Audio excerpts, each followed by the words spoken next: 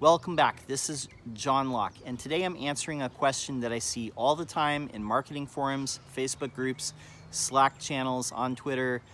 People are always asking, how do you build links? Now, the people who are usually asking this are trying to figure out SEO as a service, how to offer that, or they're in-house SEOs trying to figure out how to build links. Because again, when other sites hyperlink to your site, it's kind of a vote of confidence. It's a very important part of SEO. Google looks at that as that other site endorsing your site or somehow having a connection to your website.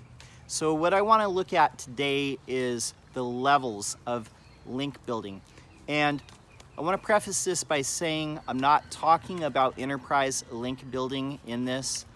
So Fortune 100, Fortune 500 companies, there would be a totally different level to this because some of these levels would already be taken care of. For enterprise link building, mostly you're going to have a content strategy that encourages other people to link to that content as a reference point. And a lot of that is going to be hand in hand with outreach. But let's talk about small business. Specifically, we're talking about maybe smaller industrial, manufacturing, or home services types of businesses. So there's usually about 4 or 5 levels to this. The first level is foundational link building. And surprisingly, a lot of businesses do not have this one taken care of. So foundational, what that means is making sure that you have at least a profile on all the major social platforms with a link back to your website. So I believe that you should at least have a Facebook page, a Twitter account, an Instagram, a LinkedIn company page, and a YouTube account. Now, if you have more than this, if you have like a Pinterest or some of these other social accounts, that's great. But those are the ones that most businesses that are looking to do customer acquisition on social channels, they're going to have those. So Google probably looks for businesses that have that as part of a pattern of this is a larger brand or a company that's trying to be a larger brand by doing social acquisition, customer acquisition on social. Okay, so another thing that's foundational here is making sure that you have profiles on any of the channels where it would be a marketplace where people would find that service. So if we're talking about contractors like HVAC, lighting, electrical, plumbing, painting, anything like that, you would more than likely have a profile on Yelp, Home Advisor, Angie's List, BBB, maybe you have a Blue Book profile as well. Those are things that are foundational to SEO. You must have profiles on all of these. If you're missing any of these, I would encourage you to go out and get those profiles. I'll also include in this list yp.com, BBB, QRG Tech. These are other ones that you could also have.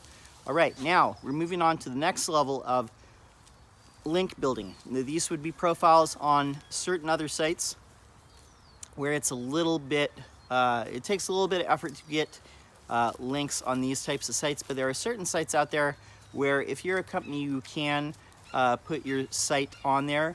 There's certain ones that Google seems to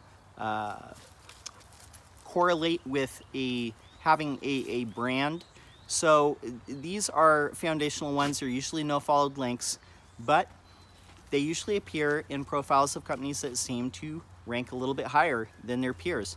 I'm also going to include in this list some local directories or other industry directories. So if you have a link from your local Chamber of Commerce and you're trying to rank in your city, having a link from your local Chamber of Commerce in that city is probably going to be good. If you have links from other localized sites like, best of whatever your city is, or if there's local voting contests out there, local cityvoter.com is one that I would look into. They run promotions in different cities, and usually it's some big TV station or some other entity in that city that's sponsoring it for different years, but you could definitely get a link from that. That's going to be useful. So anything like that where it's a local directory, there might even be like ones here. Here there's one called SacramentoTop10.com. Used to be owned by somebody else. Now another person owns it. That has been around for a long time. So that's something that I would look for here. You probably have one in your own city as well. And then industry directories. So if you are, whatever it is that you do, there's probably multiple directories that are focused exactly on the thing that you do. And if you look at the link profile of some of the higher ranking sites in your field, not only just in your city, but look at other cities as well, and you can kind of see a pattern of high ranking sites seem to have some of these links as well. So any type of thing like that where it's related directly to your industry, that's going to help.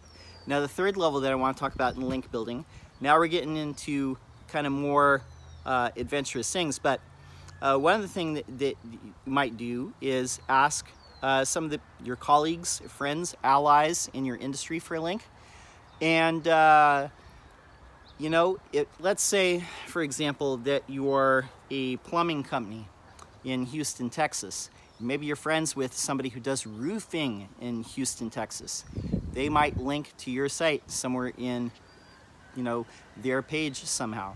Now, this is going to be made a lot easier if you have content on your site besides like home, about, contact, and here's our services. If you have some type of blog content or resource content, that's going to make this type of linking a lot easier. So I would encourage you to have pages beyond those basic 5 or 6 pages. Have some type of informational resources or a blog about different subjects within your industry.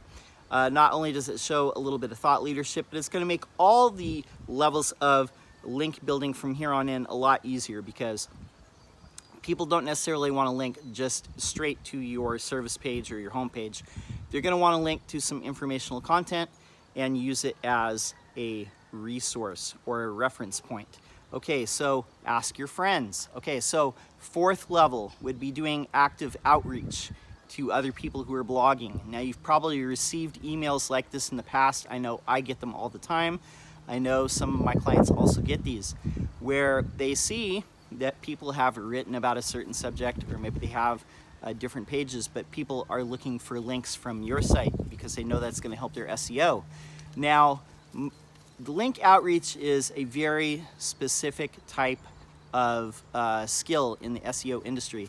And a lot of these requests you kind of ignore. You know, a lot of people send out templated emails. Some people do personal outreach. They actually do research on who's writing, or they have specific pages that are related to your thing, and they're not just plugging values into some spreadsheet. They're actually looking at what kind of content you have on your website, and they're actually making informed requests. Now, there's different people that do this. A person that you might look up is Tony Randall out of Boise, Idaho. He's very skilled at this. There's other people that do this as well. But this is the fourth level. If you have content on your site, you can employ one of these people to do link outreach and research the different people who might want to give you a link. I'm telling you, this has a big impact on your SEO.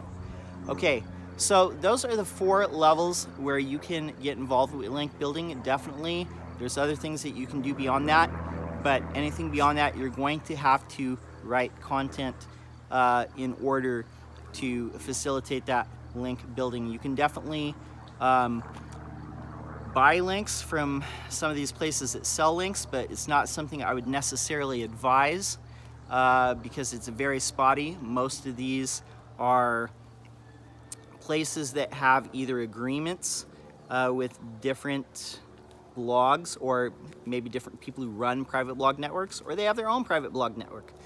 But they have some sort of agreement in place. A lot of people exited this field over the last couple of years. I've noticed a lot of high-profile SEOs that were pitching private blog networks or had their own link selling resources have exited this field in the last couple of years. I think that's a sign.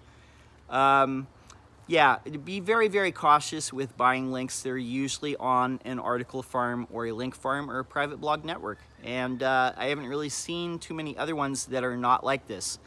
It's a lot safer to do manual link outreach, in my opinion.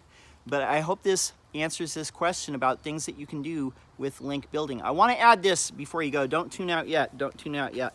But the last thing I want to say is a lot of small businesses, especially people who have either built their own website or they've employed a friend or a nephew or a cousin or somebody who's techie to build their own website. A lot of people don't even have foundation 1. They don't even have level 1 of the link building done. I'm telling you, a little bit goes a long way when other people that are your competitors within your local area have not done this.